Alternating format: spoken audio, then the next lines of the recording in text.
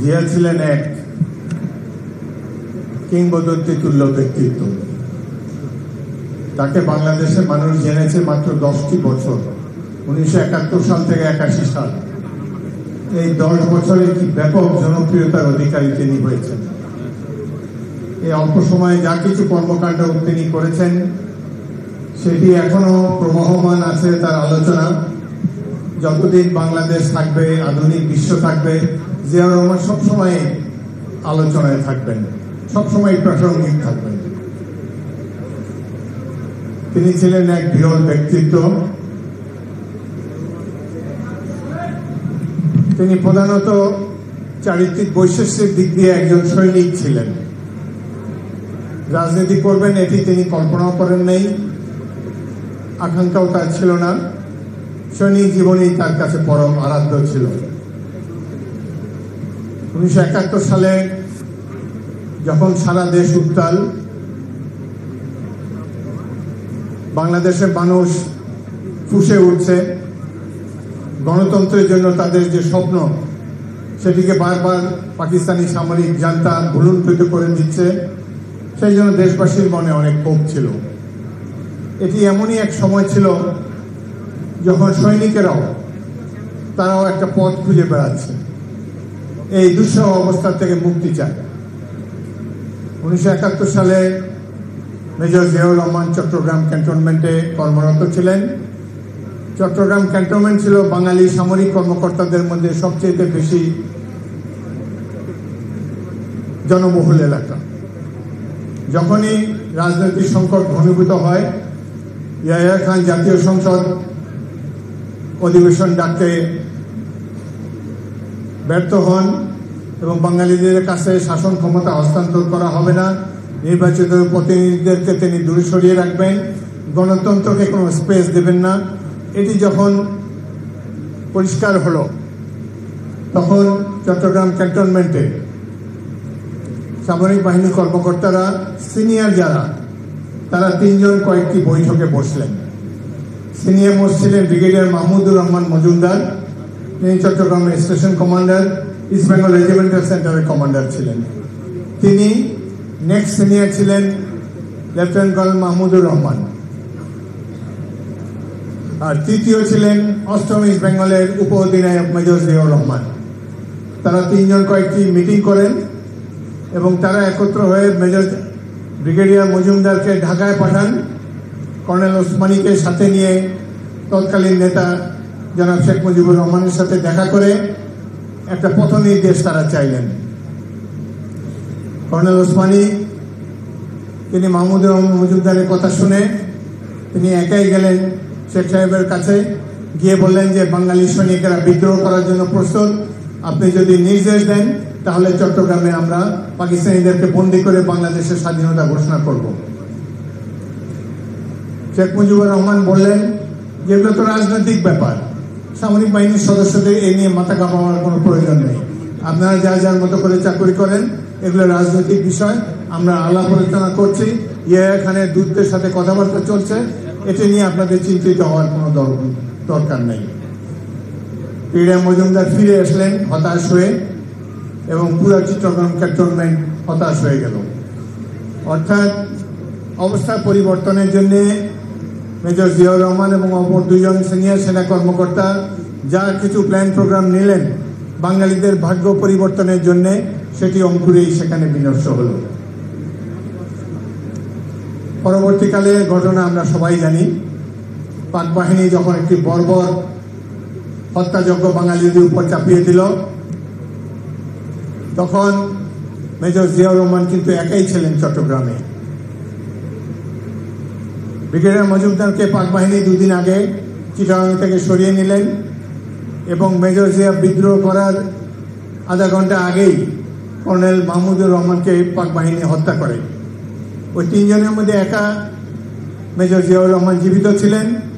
তিনি বিন্দুমাত্র সময় নষ্ট না করে তিনি তার ব্যাটালিয়নের বাঙালি সৈনিকদের সবাইকে ঐক্যবদ্ধ করে তিনি বললেন যে আমরা বিদ্রোহ করলাম এবং এখন থেকে রাজনৈতিক নেতারা যেটি করতে পারেনি, বাংলাদেশের জনগণের আশা আকাঙ্ক্ষাকে বাস্তবায়ন করার জন্য আমরা বিদ্রোহ করব।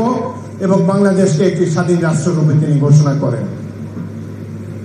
এটি এখন শুনলে মনে হয় এটা কোনো ব্যাপারই না, কিন্তু একটি ক্যান্টনমেন্টের এতজন, একজন সেনা কর্মকর্তা এবং তার অধীনস্থ শত শত সৈনিক জীবনের ঝুঁকি নিয়ে একটি নতুন রাষ্ট্র গড়ার সংকল্প ব্যক্ত করলেন এবং বিদ্রোহ ঘোষণা করলেন একটি শক্তিশালী সামরিক বাহিনীর বিরুদ্ধে।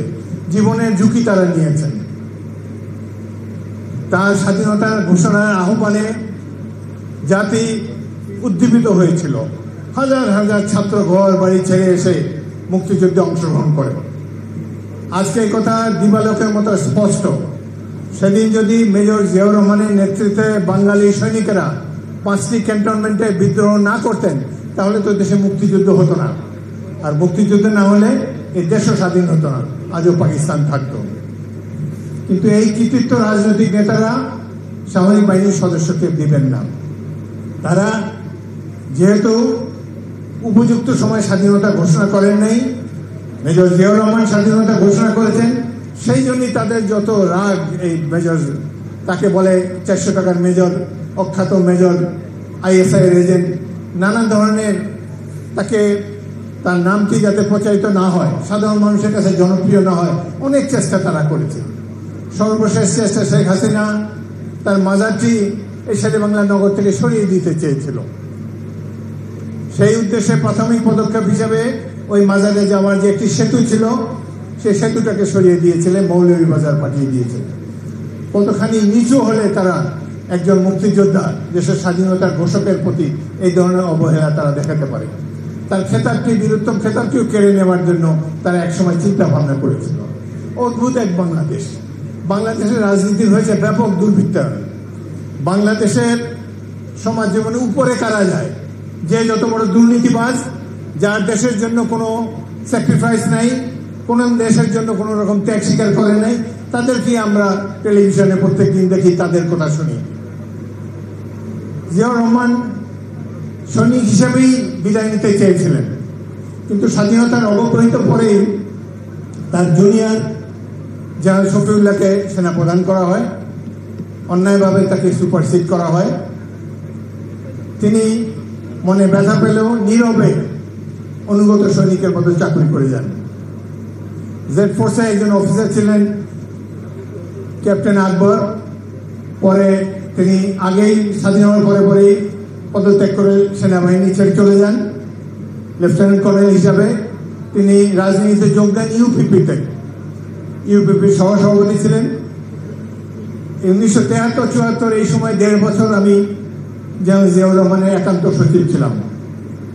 কর্নেল আকবর প্রায়ই আসতেন, এসে জেনারেল জিয়ার কাছে গিয়ে বলতেন, স্যার এই আর্মিতে আপনার কোনো ভবিষ্যৎ নাই, এখানে আপনার কোনো প্রমোশন হবে না, আপনি রাজনীতিতে আসেন। আমি ঢুকলাম, রাজনীতিতে আপনার জনপ্রিয়তা আছে, ভালো করতে পারবেন। জিয়া সরাসরি আমার সামনেই বলেছেন, ভাইদের রাজনীতি আমার দিয়ে হবে না, আমি রাজনীতির লোক না, এক্ষেত্রে যে কদিন আছি রিটায়ার করে চলে যাব। অত্যন্ত সহজ সরল লোক। কিন্তু 75 সালে পট পরিবর্তনের পর তাকে নতুন সরকার এসে প্রধান সেনাপতি করে। প্রধান সেনাপতি হওয়ার পর আমরা দেখেছি তিনি খুশি ছিলেন, প্রাপ্য পেয়েছেন, সৈনিক হিসাবেই থেকে বাকি জীবনটা কাটাতে চেয়েছিলেন। কিন্তু এরপর আসল 3 নভেম্বর, 7 নভেম্বর এইসব ঘটনার প্রেক্ষিতে একবার কিছু 3 দিনের জন্য জেনারেল জিয়াউর রহমানকে খালেদ মোশাররফ বন্দী করলেন এবং জিয়া ক্ষুব্ধ হয়ে পদত্যাগপত্র দিয়ে দিলেন। তার কোনো ধরনের রাজনৈতিক উচ্চাশা ছিল না। আমরা তাকে মাঝে মাঝে বলতাম যে স্যার এইভাবে জীবন কিভাবে চলবে। তিনি সবসময় আল্লাহর উপরে তার অগাধ বিশ্বাস ছিল। কোনো পদে যাওয়ার জন্য কোনো চেষ্টা করেন। সেনাবাহিনী প্রধানও তিনিও জানতেন না তাকে পট পরিবর্তনের পর সেনাবাহিনী প্রধান করা হবে। তিনি রাষ্ট্রপতি হওয়ার জন্য, বাংলাদেশের রাষ্ট্রপতি হওয়ার জন্য কোনো ধরনের তদবির তৎপরতা কিছুই করেন নাই। কিন্তু সেই সময় দেশে একটা শূন্যতা বিরাজ করছিল। 1975 সালে আওয়ামী লীগ ধিকৃত হয়ে তাদের নেতৃবৃন্দ নিহত হয়েছেন এবং তারাও পলাতক অবস্থায় রয়েছিল, অনেকটা আজকের মতো। কিন্তু সেই সময় শূন্যতা তো থাকতে পারে না সমাজ দেখে, রাষ্ট্রযন্ত্রে। সেই কারণেই দেশের জনগণের ইচ্ছা দাবির পরিপ্রেক্ষিতে তিনি রাষ্ট্রের শাসনভার গ্রহণ করেন অনিচ্ছা সত্ত্বেও। রাজনীতি কোনো উচ্চাশা তার ছিল না। প্রথম সুযোগেই তিনি নির্বাচন দিয়েছেন, একজন নির্বাচিত রাষ্ট্রপতি হয়েছেন। এই কথাগুলো বলার উদ্দেশ্য হলো এই যে মানুষ, সমাজ, বিদ্যমান ব্যবস্থা, অ্যারেঞ্জমেন্ট সবকিছু তার প্রতিকূলে ছিল, কিন্তু আল্লাহ রব্বুল আলামিন তাকে রক্ষা করেছেন। তিনি আগে থেকেই বাংলাদেশকে এই ধরনের একজন রাষ্ট্রপতি উপহার দিবেন যিনি সৎ, নির্লোভ, দেশপ্রেমিক। আল্লাহ এই ধরনের তার ডেস্টিনিকে নির্ধারিত করে দিয়েছেন। সেজন্যই আমরা শহীদ রাষ্ট্রপতি জিয়াউর রহমানের দেখা পেয়েছি। এখন জিয়াউর রহমান সৈনিক হয়েও গণতন্ত্রের জন্য যুদ্ধ করেছেন, বহুদলীয় গণতন্ত্রের প্রবক্তা তিনি ছিলেন। বাংলাদেশের মানুষ গণতন্ত্রের জন্য লড়াই করতে চায়, কিন্তু দুঃখের বিষয় 71 সালে গণতন্ত্রের জন্য 9টি মাস আমাদেরকে যুদ্ধ করতে হয়েছে, সারা জাতি যুদ্ধ করেছে। আজ স্বাধীনতার 50 বছর পরও, 53 বছর পরেও আজকেও দেশে গণতন্ত্র নাই। সেনাবাহিনী প্রধান বলেছেন ডিসেম্বরের মধ্যে ইলেকশন দিতে হবে। সামরিক বাহিনীর প্রধান চায় নির্বাচন। আর যারা এখানে ক্ষমতায় আসেন সিভিল সরকার, একটি তত্ত্বাবধায়ক সরকার, একটা অন্তর্বর্তীকালীন সরকার, তারা গণতন্ত্র দিতে চায় না, তারা নির্বাচনের কথা বলে না, দুনিয়ার কথা বলে। সংস্কার করবে, কি সংস্কার করবে? সংস্কার করা একমাত্র অধিকার নির্বাচিত গণপ্রতিনিধিদের। এখানে একটা গোষ্ঠী এসে বললো আমরা এই সংস্কার করবো, কয়েকজন নাবালক ছাত্র বললো আমরা ওই সংস্কার করলো। এইভাবে কি বাংলাদেশ চলবে? এই জন্য কি আমরা যুদ্ধ করেছিলাম? এই জন্য জিয়াউর রহমান স্বাধীনতার ডাক দিয়েছিলেন? আমরা তো এটি মানতে পারি না। যে এই গণতন্ত্রের জন্য এত বছর আগে, 53 বছর আগে থেকে বাঙালিরা সংগ্রাম করে আসছে, আজ এত বছর পরেও গণতন্ত্রের কোনো দেখা নাই, গণতন্ত্রের নাম নিশানা নাই। একদল তথাকথিত শিক্ষিত ব্যক্তি বারংবার এই দেশকে বিভ্রান্তির মধ্যে জনগণকে নিয়ে যায়। তাই আজকে দেশের সবচেয়ে জনপ্রিয় দল হিসাবে বিএনপির উপর দায়িত্ব বলতেছে। আমরা জিয়াউর রহমানের সৈনিক হিসাবে যে গণতন্ত্রের জন্য তিনি 71 সালে লড়াই করেছেন, আমরা এই 2025 সালে এসে জিয়াউর রহমানের সৈনিক হিসাবে আমরা বাংলাদেশের গণতন্ত্রকে শক্তভাবে প্রতিষ্ঠিত করবো ইনশাআল্লাহ। দুঃখ লাগে এই যে একটা সরকার এখানে আছে, সবাই শিক্ষিত ব্যক্তি, এতজনের মধ্যে মাত্র একজন ফারুকী আজম, একজন মুক্তিযোদ্ধা আছে। বাকিদের এই যে এত নাম দাম শুনে টেলিভিশনে দেখি, দেশের জন্য এদের কি অবদান আছে? বাংলাদেশের জন্য কত সংগ্রাম অতীতে হয়েছে, মুক্তিযুদ্ধ হয়েছে, স্বৈর শাসকের বিরুদ্ধে বাংলাদেশী জনতা বারংবার সংগ্রাম করেছে। এদের কাউকে তো কখনো কোনো সংগ্রামে আমরা দেখি নাই। হাসিনা এই 17টি বছর অত্যাচারের স্টিমরোলার চালিয়েছে বাংলাদেশের উপরে, বাংলাদেশে প্রতিষ্ঠানকে ধ্বংস করেছে। বিএনপির কত নেতৃবৃন্দ জেলে গিয়েছে, মিথ্যা মামলার শিকার হয়েছে, গুম হয়েছে, নিহত হয়েছে। কই এই যে এখন যারা তত্ত্বাবধায়ক সরকারে আছেন, একটা ফেসবুকে একটা পোস্ট দেন নাই কোনোদিন তো প্রতিবাদ করেন নাই। অথচ দেখেন ভাগ্যের কি নির্মম পরিহাস, আজকে তারা বাংলাদেশের ভাগ্য বিধাতা বসে গিয়েছে। তারা বাংলাদেশের ভবিষ্যৎ নির্ধারিত করতে চায়, যাদের জনগণের জন্য কোনো ধরনের কোনো কন্ট্রিবিউশন নাই।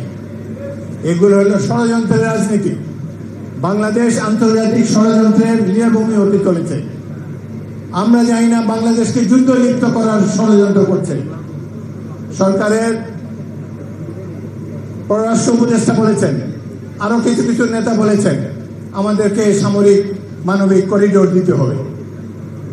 কিসের জন্য? জনগণের জানার অধিকার নেই? আমাদের দেশকে একটি যুদ্ধ অবস্থার মধ্যে নিয়ে যাওয়া হচ্ছে, বাংলাদেশের সাধারণ মানুষ জানতে পারবে না, অথচ দেশে একটি সরকার আছে। সুতরাং বাংলাদেশের মানুষকে মনে আরো দীর্ঘদিন সংগ্রাম করতে হবে। তবে আমরা অত্যন্ত ভাগ্যবান, আমাদের নেতা যে আদর্শ রেখে গিয়েছেন বাংলাদেশি জাতীয়তাবাদ, এটিকে আমরা ধারণ করে এই বৃহৎ দল বিএনপি আমরা অবশ্যই 1971-এ যে স্বপ্ন দেখে মেজর জিয়াউর রহমান যুদ্ধ করেছিলেন, সেই স্বপ্ন বাস্তবায়নের জন্য আমাদের দল বিএনপি ঐক্যবদ্ধভাবে আমরা সংগ্রাম করব, বাংলাদেশকে একটি উন্নত গণতান্ত্রিক রাষ্ট্রে পরিণত করব। আপনাদের সবাইকে অসংখ্য ধন্যবাদ।